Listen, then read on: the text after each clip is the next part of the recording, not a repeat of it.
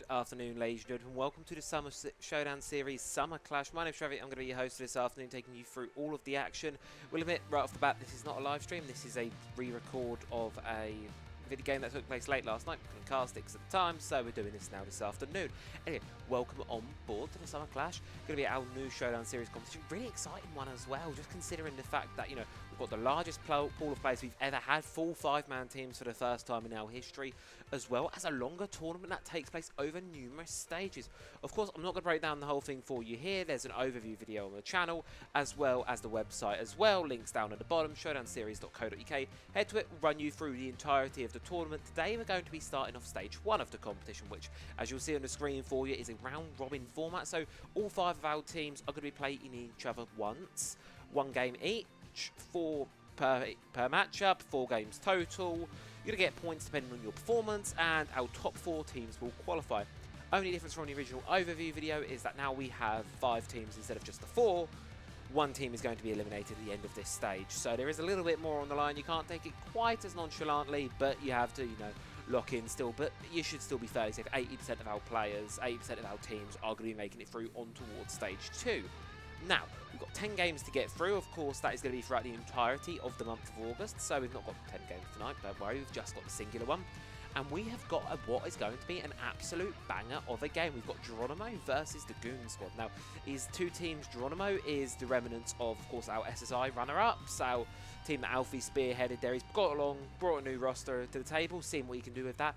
And then on the side of the Goon squad, can't believe I'm still saying this name, is going to be Jack, spearheading his team, leading it on through, and he's a player that Alfie's hyped up for me for years, so I'm really excited to see what he's got. So let's take a look at our teams here, pull up the graphic and see exactly where things lie. Now, let's take a look at the Goon squad, so a new threat to the board here. Of course, we've got Jack-O-Lanterns leading the team alongside Z, Odin, Abyss, and Loki as well. A very formidable sounding side on paper, and from the practice runs we've been doing here, they're looking like a very scary side, and currently one of the favourite teams to beat, I would argue. You know, obviously Jacko's going to be stealing quite a lot of the light there, but, you know, I want to highlight players such as Abyss, DMA, who, you know, he's really, really shone in these practice games that we've been running. The rest of the roster, Odin's had his moments as well. We're really, really excited to see what this roster has to bring to the table, and as I say, they're definitely one of the forerunners for this stage here, and this is the whole point of this stage one, is to get a good feel for all these teams. And then over on the other side of things, we have the returning runners-up from the Showdown Series Invitational. We have Geronimo. This side is a really, really interesting side for me because, as Alfie admitted when he was putting it together, it's a friendship stack. It's going to be a really fun roster to watch. They might not be the best at Siege. Obviously, there's a lot of newer players on that roster. You know, for example, let's take a look at a player, let's say such as Avery, who, where, you know, she's a bit newer to the game, not as experienced within Siege specifically. Still got a lot to bring to the table, and that friendship vibe, especially earlier on in the competition where teams are still learning how each other are playing, getting an assessment for their play styles, they can get a really, really good feel for themselves, and a really, really, hopefully, an early lead in the competition here that should see them locked in, because as we say, 1 or 2 wins and you're probably going to be safe for the remainder of going in stage 2, so it's not a very high benchmark to reach for these teams. They should be fairly good for it. Now, we don't have the map video graphic for you prepared today, because I've already overwritten it since yesterday to prepare for the next game. Sorry, what?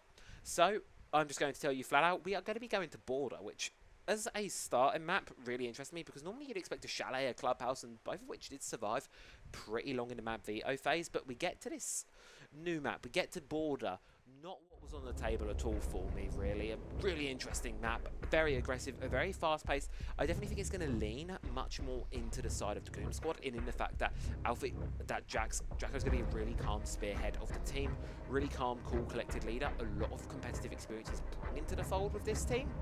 And on top of that as well, by bringing that, going to be able to keep the rest of the team cool, because it's going to be a pacing challenge for these players. Border moves very quickly. It's one of these maps that you can't slow down, you can't really stop going through, you need to be moving quite at a pace, and if you slow down, you're going to be punished for it. So without further ado, ladies and gentlemen, let us get into it. Game number 1 here of the afternoon. Geronimo, or Geronimo, as is definitely not written there, and the Goon squad, of course, as always, operator band phase are going to have to be coming on through first. Now, in terms of operator bands, we see, obviously, Geronimo starting on the defense, so they're going to be very likely, you know, to play play your standard Operation Rooks. They like to lean into traps from what I've seen of this team, so I wouldn't be surprised to see traps taken off the board here by Goon Squad. Now, for the Goon Squad, you want to take off those jack-of-all-trades attackers, those ones with good weapons, such as, let's say, like this Ace coming up, for example. Take him off the board there, make sure he can't be in them. So AK-12 does a heck of a lot. Mirror windows as well to play behind. Fair go of things to be removing. Now, you move on towards the second ban phase. There's fairly open options here, but both of those Phantom Hands, fairly decent start for a border. Nothing too out of the ordinary, nothing too unexpected, all things considered. So as we just let the second bands roll on through here, we're going to be seeing it's going to be the Thermite Decay taken off the board here. So the attackers, they're going to have quite a difficult time getting into the building. The only main hard breaches they've got left available to them are going to be that Hibana, going to be that Maverick, and then he can open as they bring as well. But you see it immediately, Wingdings going straight onto the Bandit there. Getting those walls open is going to be difficult for the attacks, and especially on this top floor Armory Archive site where you have those key walls to get open towards half wall side. You've got walls coming in from offices. A lot of walls that need to be getting opened up to apply pressure towards these defenders. They're going to be remaining closed for a lot of this round, and that's certainly going to be giving quite a massive advantage towards Geronimo, where that pressure, I think, is what they need to make sure they're not having build upon them, because especially as a newer roster, pressure, I think, is where the cracks are going to start to really show. So they need to make sure that they're not letting the pressure build upon them. Clash, Cocktail, they're having a really brilliant idea there by bringing that operator, feed the information through to the rest of the team. Just stall out Goon Squad slightly, Alfie on towards the Rook. Yet again, another good operator. That's just going to universally buff the entire team. And of course, as always, top floor bomb site, Armory Archives. It's a fairly standard safe bet. No surprise you want to go there, nor is it going to be a surprise to see teams wanting to defend it first. So, in that regard, let's get into it and see exactly what these two teams have offered me. I mean, immediately I'm looking at the lineup of the Goon Squad here, and obviously 6-pick is available, and they may choose to use that feature, but you are going to have a lot of aggression leaning on that roster. Jack's immediately locked on towards the Ash. Abyss is straight on to the Deimos. Finka and Amaru on the board. Because what they just want to finesse their guns still. They just want to flex their muscles on the guns here. Perhaps go for a warm-up round, a bit of shot north, start things off. You know, I'm half surprised we're not seeing a Ying of all things considered here. Just try and keep the pace and just try and keep Geronimo on their toes. Because as I say, that's I think where they're going to struggle most the faster you go at them.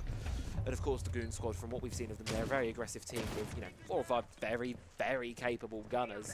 So hopefully it's going to be a very good side for them and should be quite an interesting start to things here. As prep phase of round number 1 gets underway in the attack, well, they're just going to start to make their way up and towards the building, head towards the east balcony. I don't think we're going to be seeing any too crazy early Amaru rushes here. Obviously, it is just round 1 yet, and at least, you know, Elvis going in towards the objective there on their own, could be quite costly. So you don't want to be just full sending. You want to be playing a little more patiently, a little bit more of a breathing room, and just make sure that you're not giving things away. And speaking of giving things away early, 2 top team captains going to immediately trade right off the back of the board there. Alfie and Jack are being shut down. That's going to be quite a blow to both these teams. But now what really strikes me as curious is how the rest of this round is going to play out now that the sort of 2 expected, at least, top performers have been taken off the board here. It's a real opportunity for balance to sort of restore itself amongst this game, as well as an opportunity for things to equalise and for these newer players, these lesser known players, these lesser talked about players, to really make a name for themselves in these kind of situations where the team captains are off the board. Someone else needs to step up from either side. Who's that going to be? Well, Elvius, they're already preying on this window here on the Amaru, wanting to make the hop in. As it seems like quite a slow start here for the Goon Squad, really beyond that early initial pick from both sides. No one's really going to... Oh dear, Goon mine on the shelf. That's not going to be too helpful. But no one's really wanting to make a play right now. I think it's a bit of a stall out, bit of a pace, bit of a wait in, and sooner or later someone's going to have to pull the trigger, someone's going to have to make the move, and here we go. Jakester trying to fire on towards Wingdings there, does a lot of damage on towards the defending Bandit, but no, there goes Elvius straight into sight, shuts down Avery. Now it's a 3 versus 4 with Geronimo in the man disadvantage. However, they are able to down that Amaru there, so that should be some recovery, as well as they have to read onto Abyss here, playing him through the hallway. Wants to see on in towards the objective, but no, it's all a distraction there to fire onto Cocktail to try and shut them down, getting up close and personal with the clash. Abyss, where is the revive? Where is the support? Well, now it's going against you because all of a sudden the Amaru's come alive. King does able to get one back though, does shut down Elvius, but 3 versus 3 right now. Geronimo feeling a little bit split. Wingding stuck outside of the objective. Goon Squad have quite an easy way on in here, especially if they can try and force this defuse down. Frag grenade almost catches King there, not quite though. It's really on Cocktail right now to survive this engagement and come back alive. Instead, the players of Geronimo want to go for the aggression. They're going to swing, they're going to find one. The plant is denied for the time being, but look at the HP on all 5 players left in the lobby here.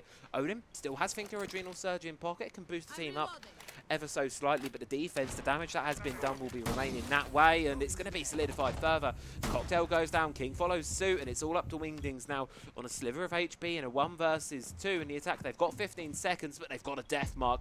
Now here comes the hunt. They've got the information fed through as well, and fortunately Wingdings there, not long for this world, and it's going to be the Goon squad. Take round 1, fairly comfortable fashion, and despite quite a well-fought battle from Geronimo, it was just, I think, a little bit of late-round miscalculations there in player positioning, late-round sort of entries, not able to really convert things on through. It's what cost them, and it's unfortunately a loss quite early on, but it was a good round. There is no taking that away from them. It was a good showing, good even matchup there, and it was a fairly close round, which I think is going to be the key here for Geronimo, you know. Goon squad, as I say, they're one of the favourites going into this. You know, if we're going to look at all 5 teams we've got going into this one, I would say Goon squad and the Backdoor Breachers, they are going to be our 2 top estimated teams here in terms of on-paper performance, history, legacy within the tournament, all of that stuff. They're going to be up there amongst the favourites. So it's really, really on teams like Geronimo, teams like 16 character limit, the super subs, to really bring the fight to them, because obviously one of those 3 are probably the teams that you're eyeing up to be eliminated in this first stage. Whoever it's going to be, we're not sure yet. Obviously, quite early days, but sooner you can get some points on the board, the better, because six rounds and you get yourself a point guaranteed. Obviously, you can close it in regulation, get the full 3, or you can just close it out, go to overtime, get the 1, get the 2, however you want to do it. Just make sure you get some points on the table here for what you're playing. So we're going to just wait for round number 2 now, and we're going to be going back up to Armory Archives. Now, that's not really much of a surprise here from Geronimo. It's the strongest side. There's not really a need to try and deviate too much yet, especially considering how close round 1 was. There isn't a need to try and deviate. There's not a need to try something else, because round 1 was close. A small few micro adjustments from Geronimo there. Instead, we're immediately seeing Cocktail hop on something that's going to waste time. Similar role to the Clash, but instead this time they're going to be on the smoke, giving them that ability to have a proper gun in hand, be able to use a full firearm. It's a very good operator choice and a good adjustment there as well. Doubling down on utility to Maestro, to Bruni coming on in. Over on the side, in fact, we are seeing adjustments made for it, obviously. Jacko going to be hopping straight on towards the Brava. Rest of the lineup looking fairly similar from Goon Squad, though. That's curious me what Jake Stellaire is going to be cooking on towards that Ram. Pick, of course, is going to be a slightly unusual one for a top floor site of all things, but you know, the chaos she creates, and as I said, the Rat. Chaos is going to be where Goon Squad are going to be thriving in this matchup. The more noise they can create, the more discombobulation they can cause towards the side of Geronimo, the more they're really going to be able to find something. But they've got to get themselves inside the building first. And Alfie, playing here inside of office, prone on the doorway. He wants to stop anyone coming in. MP5A got an absolute terror of a weapon, so should be able to stop anyone should they come on in, but needs to be careful not to allow the pressure to build up from east here, because you say if that drone comes in, you can see it, the Rook's now been identified on the death mark. Abyss can just start to go through those walls, start to fire upon, and really rain down some fire, and you don't want to be losing Alfie early on. You need someone on the field who has that level-headedness, and that's where Alfie, especially on an anchor operator like the Rook, needs to be staying alive a little bit later into the round. Jack doing a really, really good job here to hack the cameras as Abyss goes down, gets a bit aggressive, falls to Wingdings as Wingdings also claims a second there. Elvius drops as well, and now Jack can start to apply some pressure down from below here. Got to do a lot of damage on towards King, who does eventually lose their life, and the question for Wingdings now comes is, do you get aggressive on towards the Brava below, or do you play it with the rest of your team? You can get aggressive, of course, it's going to cost you. Well, that's exactly what Avery does there. Takes down Jakester as the player tries to come in towards an objective push. It's actually Jack on the Evil Eyes causing chaos, but needs to come in to support the rest of the team, because it's a 2 versus 4 right now, and Goon Squad in a massive disadvantage. Alfie has to try and win this gunfight against Odin here, however, a little bit windy on the shots, not quite able to make them connect. Pops the fire extinguisher to provide a little bit of support and possibly a way back. Frag grenades come on through now, but look at this. Alfie's in a precarious position, tagged in between Jacko and Odin. Very difficult spot to be getting out of here. One alive here. However, Odin continues to challenge, catches Cocktail there with a Toxic Babe in hand, unable to find a pick. Beautiful shot from Jack on towards Wingdings there, and Goon's got, they're fighting their way back into this round here. Only one person now separates them, and if they can just get drones on Alfie, try and identify more, perhaps he's going to go for an overswing. Either way, it could cost them, and a 2 versus 2 would not be an ideal situation for Geronimo, because there's still 40 seconds to play at this round here, and considering how close Goon Squad are to the objective, it's certainly a winnable one, and it just opens up like that. Cocktail gives themselves away towards Odin. Now a fair and flat 2 versus 2. Alfie not entirely sure where to look, gets picked apart, and Jack confirms it, and Goon Squad, they're going to take round number 2 in pretty strong fashion, and that is exactly what you can't be letting slip through. 2 versus 4 scenario. Hunker back into the objective, just behave, just hide, just play it tight, play it together, hold your crosses. That's how you close out those situations. Instead, what we saw there was a lot of individualistic play. One at a time, go for this, go for that, go for everything. And what you saw is the guns on the side of Goon Squad, both Odin and Jacko, just able to take them one at a time. And they're very good players. You have to give them that respect to not give them 1 versus 1s. You give them the 1v versus 1s, and you're giving them the rounds exactly like that. So, round number 3. We're now going to head back up towards Armory Archives. So, a third bout of things here on this top floor site, and this is the point where it really needs to start working for the side of Geronimo here. You can't be going 0-3 down on a border defense. Obviously, you do look at the statistics, you do look at the board, and it's going to be one of those maps where you can't just be going down this far. You can't obviously be going down this far on any map at all, really, to be honest with you. Any map, you know, you don't want to be going down this far on towards it, but you certainly cannot be 0-3 down. Over course of time, is ever so slightly defender favoured. Obviously, Geronimo, I think they know what they're going up against here. The goal really is just going to be getting as many rounds as possible off of Goon Squad. Overtime would be the goal. It would be a stretch, politely put, to estimate them to take this in a regulation win. You know, it would have to be a massive throw from the side of Goon Squad, I think, for really Geronimo to be able to take this one in a dominant fashion, at least. You know, it's going to be a close game if Geronimo do win it, and I think 3 points is a very strong strong guess of them. You know, you're expecting more of an overtime win if Geronimo are going to be taking this one at all, really, in my books. But Goon Squad have had a good showing so far. Really, really like what I saw in the previous round. Just able to isolate the ones, do it a couple, focus on it one at a time, and you know, I want to hear what the team comms sound like there between all the players. Beautiful, beautiful work from Odin and Jacko to really separate things. So, round number 3. Looking for a repeat of last. We're going for a bit of a mix of both lineups that we've seen so far from the Goon Squad. We're seeing that heavy utility being brought in from Jacko and Abyss, and then we're also seeing that fast-paced ball from Odin and Elvius on the Amaru and Thinker to just sort of keep things a bit options open, I think is the name of the game here for Goon Squad. Just play comfortable, leave your options open, because right now King not very comfortable. Evil Eye has been hacked, and Wingdings is down below on a bit of a lurk. Could work out, but you have to be careful, of course, not to get shot in the back here. And Joe, not realising you can take those Evil Eyes out with a melee there as the damage rains on through, and no, it still survived. Avery's coming in to support, provide a little bit of help, but Jack surviving it, and here comes Abyss, takes down Cocktail there from the long window while Geronimo distracted. Yet again, just another good bit of teamwork here from the side of the squad. As Breach starts to open up here, King taking a hell of a lot of damage, forced into reload. Oh no, don't tell me he goes down to his Evil Eye. Turns around and guns down Avery. Okay, decision has been made there. Kill your own teammate, swings out onto Breach, throws yourself away. Jakester more than happy to mop that one up, and it's all falling apart a little bit for Geronimo now as they find themselves 2 versus 5, although Wingdings is able to fight themselves back into this one with a pick on towards Jack. But you have to be careful because now you're locked outside of the objective. Diffuser's been stuck as well. Looking really, really good right now from the Goon Squad as they realise no one's home on the objective, so the 2 remaining players, they've got to try and come on in, but Abyss ain't going to let them there. Takes down Wingdings. It's all left up to 1. Poor old Alfie, 1 versus 4, stuck outside of sight. Does get the trade back on towards Abyss, but it's 1 versus 3, and with time ticking against you, you've now got a lot of ground to cover, not a lot of time to do it, and a lot of guns going to be watching.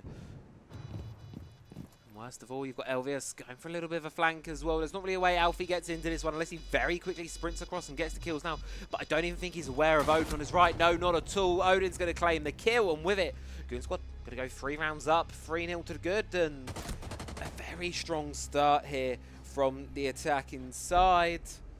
We can enter a second ban phase now.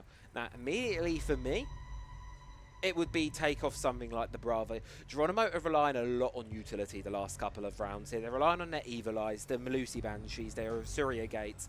All of this electronic utility that operates like the Bravo and the Twitch directly counters.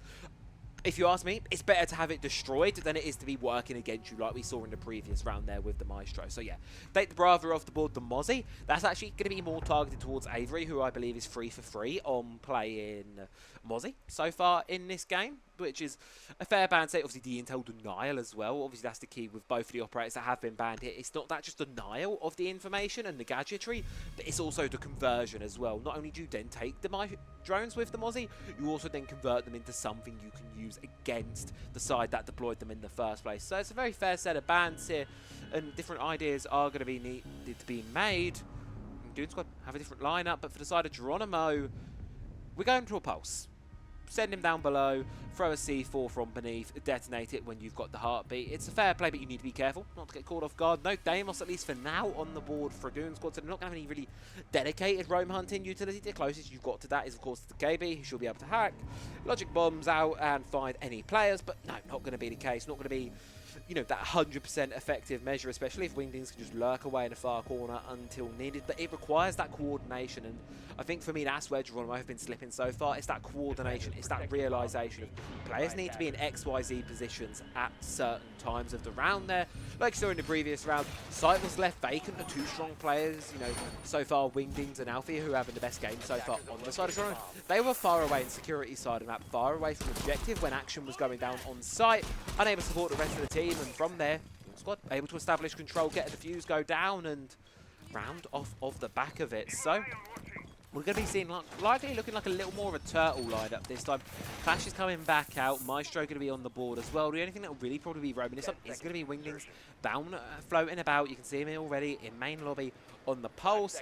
Going to be going for a hunt. Going to be going looking for things. Going to be trying to get something going here. And a C4 from beneath could be absolutely huge. But the issue is you really need to forfeit a lot of site control before there's a possibility of that thing connecting. So it's a very risky late round procedure here.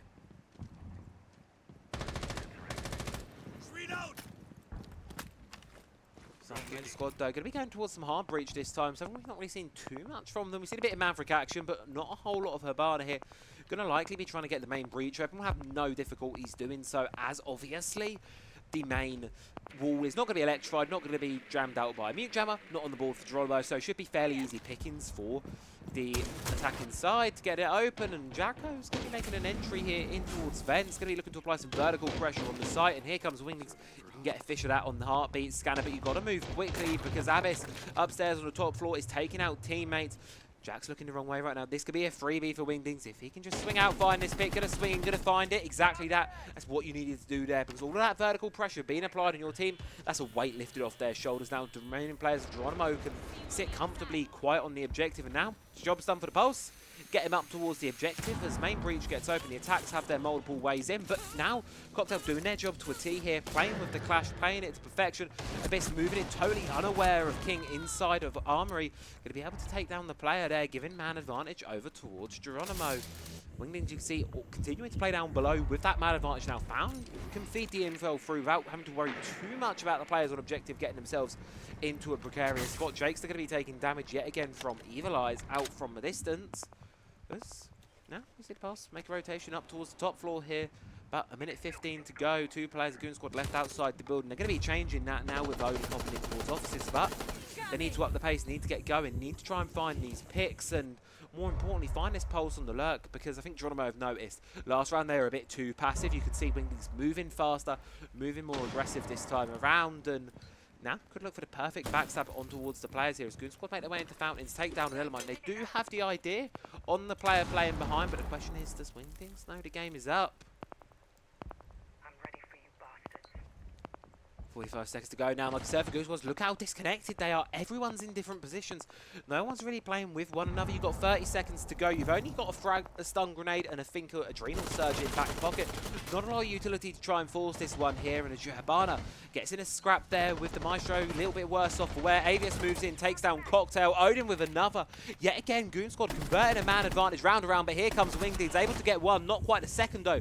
And now it's left up to Odin here in a 1 versus 1 against King to try and stave off this round to get Geronimo there first. But look at that, diffuser's down cold in sight. Odin has to get aggressive now. Hasn't died once this game yet, but has to go quick, has to go fast. Going to get tagged up, knows where the Maestro is, but can't quite convert it on the kill.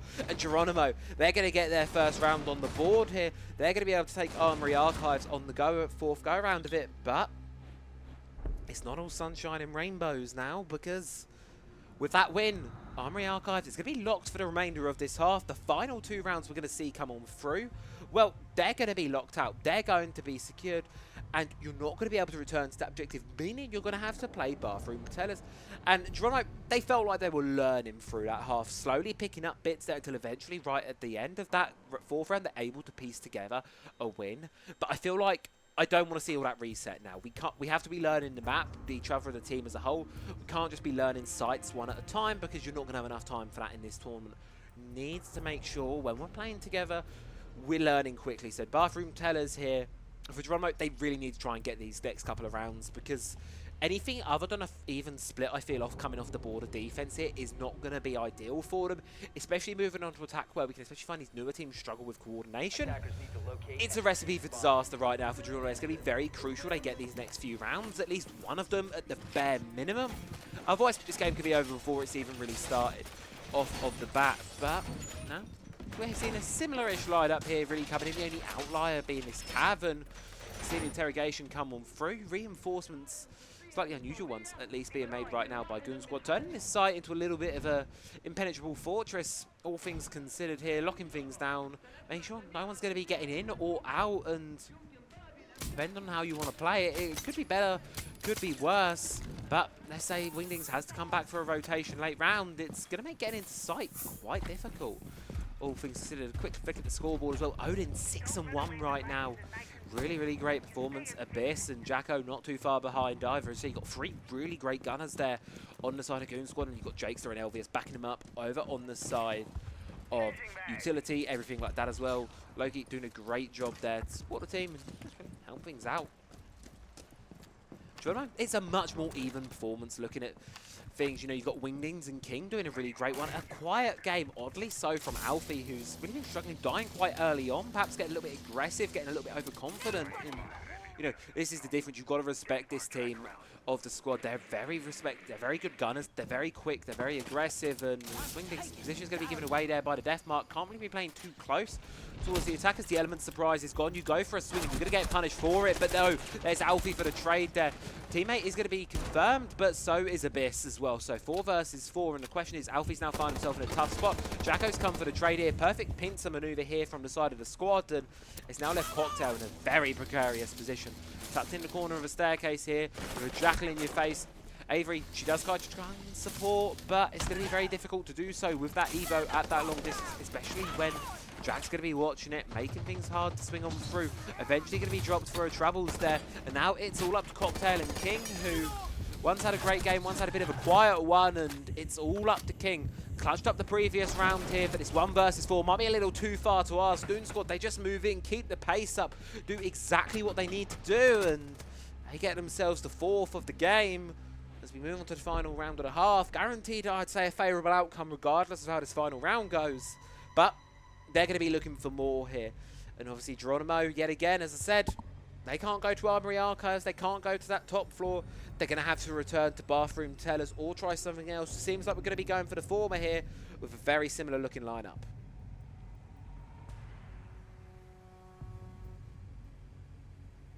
And something I've really surprised that we haven't really seen a whole lot here from the side of Goon Squad, or, you know, and I'll be curious to see if Geronimo bring it when it comes to their attacks in a couple of rounds, is actually going to be that Blackbeard pick, or any shields at all, really.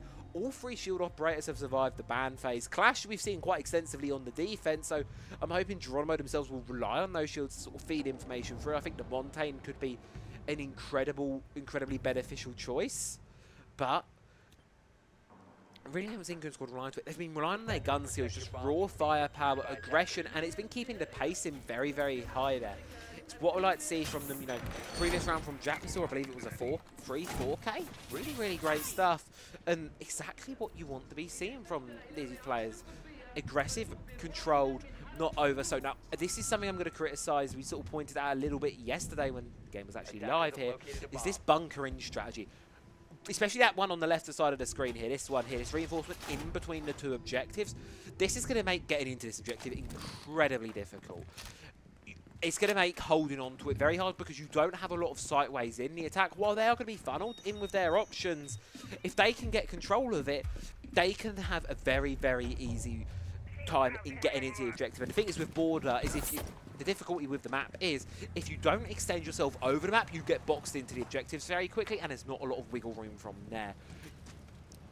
It's not the best way to play. You need to make sure you're flexible across the map, as we are seeing quite a few players of Geronimo flexing themselves around the first floor, and of course Alfie on the second. But you need to be ensuring that your teammates on the objective, they're not getting immediately dogged. Alfie does get a knife kill on towards Jakester there, but immediately shut back down by Abyss. And would you look at that, there's already players knocking on the door here for the side of Goon Squad right above the objective. Now Wingdings is going to come in to try and play a support, but has to be careful not to go through those beepers.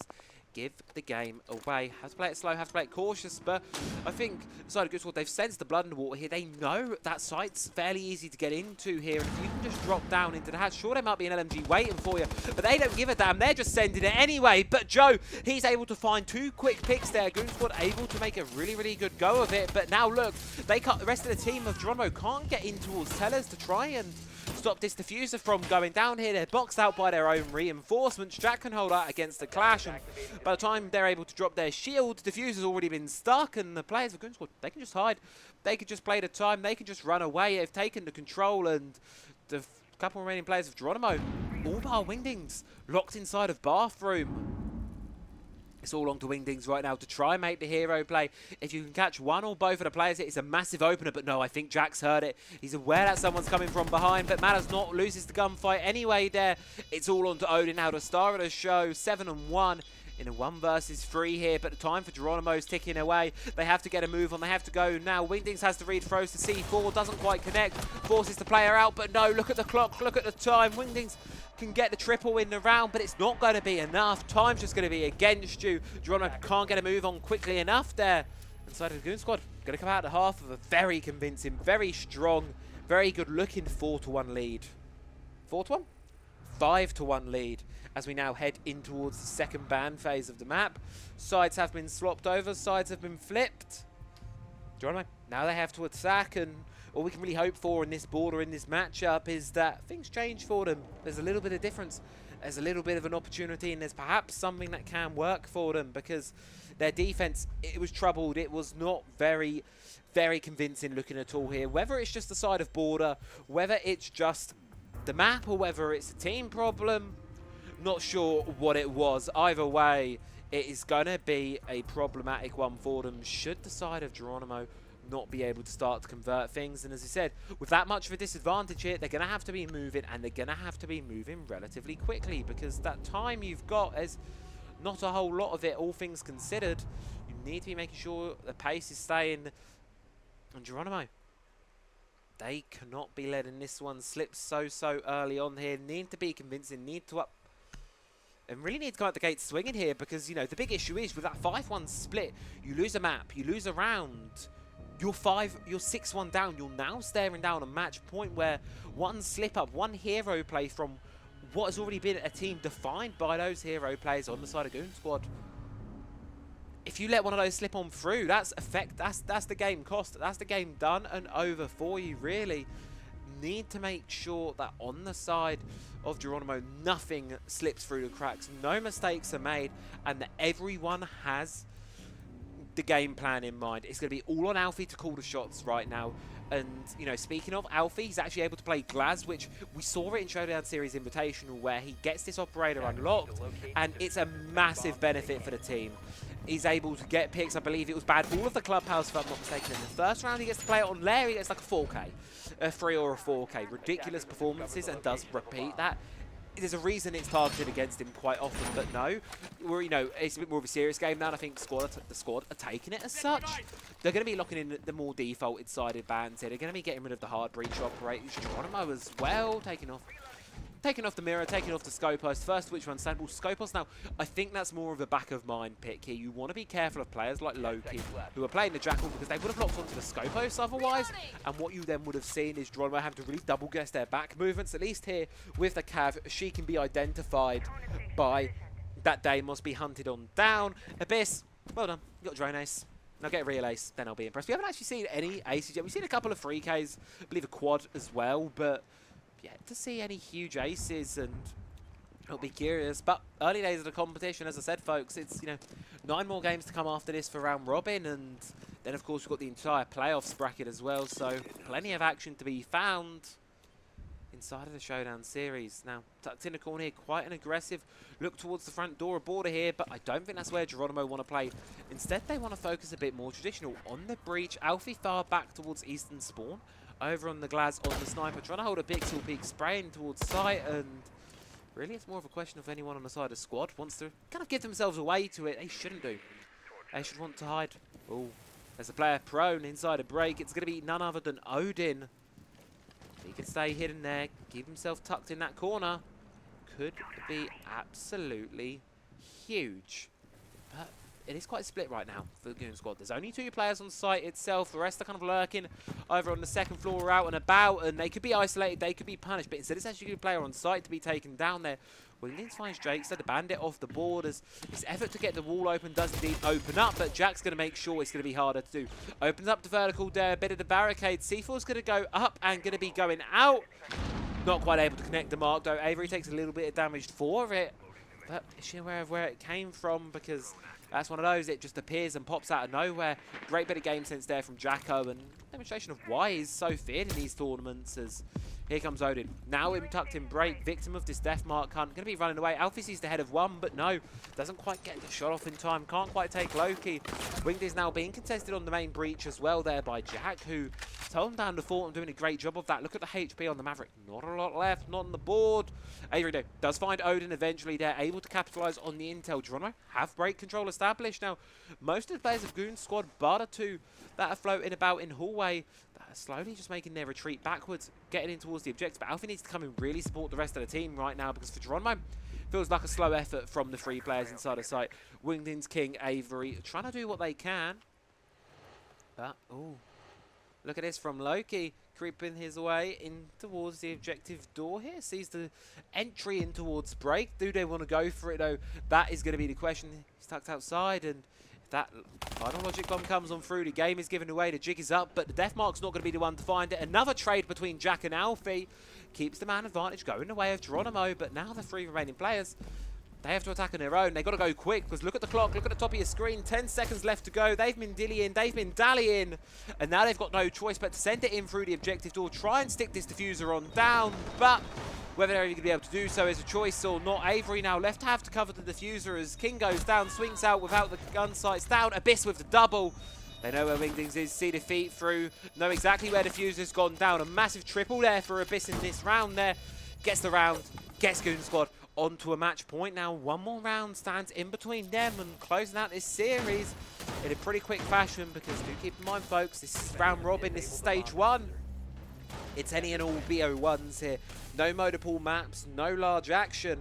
1 match, 7 rounds, and that is all that stands in between you and your 3 points. And Goon squad right now looking incredibly, incredibly poised to take their 3. All they're going to need to do is close out these last couple of rounds here. 1 of the next 5, and that's really the thing, that's really the key point right now. Geronimo have to pull off 5 rounds without a single slip up. A very tall ask for any team, especially a team that's looked like they're struggling. And you know, the individualistic play of Goon squad, that's what they've been struggling to shut down. 1 individual player pops off at some point in the next 5 rounds, whether it's Abyss, whether it's Odin, whether it's Jacko, it's going to happen in the next 5 rounds, and that is going to be the shutdown, that is going to be the closeout that the Goon squad are going to need for this game. So, head down towards bathroom tellers here, something that Geronimo were unable to defend successfully at all in the 2 attempts that it was tried. Once off a plant, once off just a pure fragging round from the Goon squad themselves. Now, they get to try holding it down, and I'm expecting Jacko going to be much more forthright on the rotations, and the team are going to know a bit more what to do with it this time. Open it immediately, getting the right rotations opened up, giving the defenders that more flexibility to move, to really hold down the fort, and ensuring that, you know, they can get themselves into key positions. Geronimo now have a very tall, gargantuan task ahead of them here. It's been a quiet game, especially, you know, from some of the players on the side of Geronimo. You know, obviously, you know, a lot of them are newer players. to the game. A lot of them, you know, they're not as experienced, so they can be forgiven for that. But really, you know, what surprised me more than anything is Alfie's not jumping to the map. And, you know, from what I've heard with the teams practicing, border is not something Geronimo are massively well versed in. It's not where they were expecting this veto to go to. It's not the one that they were expecting this to go. It was going to be this or Chalet, and I think for Geronimo, the much more comfortable and the expected pick for them was actually going to be a Chalet. They thought that's where we were going to end up, but no, it's going to be this border instead, which I think with the way that Goon Squad like to play this frag-heavy game, we'll just let this individualistic, you know, player shine. You know, we've only seen 7 rounds so far, but Abyss is on double digits. Jacko's not far behind it. There's a lot of strengths on this map for Goon Squad, and this is definitely a map that I would be scared to take them to. It plays for all their strengths as a team, but enough about the map. Focus on the round at hand, and oh, do they know about Abyss? Geronimo playing ever so close to death right now. Abyss going to see the head of Avery, take it clean off there. She's going to be shut down for the start of this one. Abyss, he's done a great start to the round here, got the team in the opener, but I don't think that's where he wants to stop. I think he wants to go fishing. I think he wants to try and find some more. He may be able to do so, but not if Alfie has anything to say about it. Taking down Odin there, looking to play inside of Passport. Shuts the player down, but you've still got players towards Goon Squad playing that east stairs. You've got both Abyss and Loki as well, looking to play that position. One's been identified by the Deimos, but the key thing is Abyss hasn't. The Warden still running around unchecked here, and almost going to take the head clean off of Alfie. Not quite able to do so, missed the shot. C4 does go, but no, gets caught on the door frame instead, so going to be recovered by Abyss as he takes a little bit of damage through the wall. C4 goes, but Geronimo, they've already realised the game is up, called off the attack, and as Cocktail, they move around, shift their attention elsewhere. Geronimo, this is an issue with the attacks right now. It's a similar thing we saw in the previous round where they're not committing to anything right now. We're a couple of minutes into the round here, and when they send the player in, just like that, Loki charges through the wall, gets Alfie with a shotgun, immediately sends them right back out. Wingding's trying to do what he can inside of Customs, fighting for dear life here, but the players of Goon Squad, they've got a man advantage. They really want to go for this, and there's the 2 remaining players of Geronimo tucked outside of the main objective window here. Goon Squad realise they've got a window here to try and find something. Abyss does eventually fall towards Wingdings here, but Jack looking to get aggressive. A trade between the 2 players. Both are downed, however, this time, but the key is you've got Drakester there to support, and first of all, you've got Loki playing up close towards site with a shotgun here. Cocktail can try and make the defuse attempt, but it's a lot of pressure on the shoulders of King to try and cover this plant right now, but it's probably the only player that's going to be able to commit through for the side of Geronimo. But they don't want to stick to plant, and caught swapping out the weapon there. The players of Goon Squad, they're able to rotate on through, and the key thing is that those rotations, because they're straight in from Workshop, in towards Bathroom, in towards their demise. Jack's going to be going down here, but Georix dashes across, gets one with the shotgun. Jake's still with the pistol, closes it out, and it's going to be the Goon Squad to win the game, and going to be starting off their time in the Showdown Series Summer Clash with a very, very convincing 7-1 victory there. And unfortunately for the side of Geronimo, perhaps not the dream start, not what they would have wanted, but unfortunately that is the way the cookie crumbles this time, and I've got to put quite a lot of this in my books really down to that map veto. Border, one of those sites, one of those maps that really plays to the strength of a team like Goon Squad who want to play aggressive, who want to go for those kills. It's going to play for them. It's going to be something that's going to really, really benefit them. And I think, unfortunately, for the side of Geronimo, I think the enemy team realised exactly what was going on with that one, realised we might have something cooking here with Border, and, well, cooking they did. 7-1, a phenomenal scoreline. Really, really good showing there from the team, and just as I say, unfortunate for the side of Geronimo that they weren't really able to close it out, but there were promising rounds in there. There were some good starts, and I think they could look back on this VOD, look and replay and go, these are the small mistakes we made. You know, play a bit tighter. I think if you can get Alfie, you know, I get it, the Glaz is a comfortable role, but get him pushing with the team, get him on a shield, perhaps, you know, get someone else on a shield, get them all pushing as a cohesive unit. And the key is, I think, with the attacks there of Geronimo, I think that's my biggest worry. The defense is quite a few close rounds, just the individualisticness of Goon Squad really getting the better of them. But on those attacks, nothing was being committed. Everything was being denied. Everything was quite slow. Even on that top floor site, we only saw break control established with 45 seconds to go around. The pacing was not up to par, and it is going to be something that's going to punish them should they continue that way in this tournament. But for the side of Goon Squad, you can't do anything but sing their praises. Their beautiful side of border played there. Really, really great map showing. Really, really good performance across the whole team. Their support players doing their job perfectly. fraggers getting aggressive when they need to be, being in the right positions, and as well from a little bit of listening to the comms yesterday, a really, really good comm network sounding. They're gelled really well together, and yeah, I think the justifications say that they are the new threat, that they are going to be this team that are going to be really, really scary going into this tournament. I think that is going to be solidified here. They're going to be a very, very scary team coming things on through, and I wouldn't be surprised to see them being one of the forerunners and one of the top performers in group stages. Obviously, being the first game played, they're the only team up with three points at the moment. But the key thing is, obviously, after the points, the second thing that's going to be our tiebreaker is going to be round differential, and wins like a 7-1, that's a +6. That's a massive boost for the Goon squad. They're going to be incredibly happy with that one. But that is going to be all we have for you folks today. Thank you all very much for watching if you've gotten this far, and do check out the website, showdownseries.co.uk, for more action. We'll have some more games coming up for you next week where we'll get to see the rest of the team start to perform and get to see who's going to be challenging us on in Stage 2 and where everything lies. But for me, that's going to be all. So have a wonderful rest of your day, and we'll catch you for the next one. Bye-bye.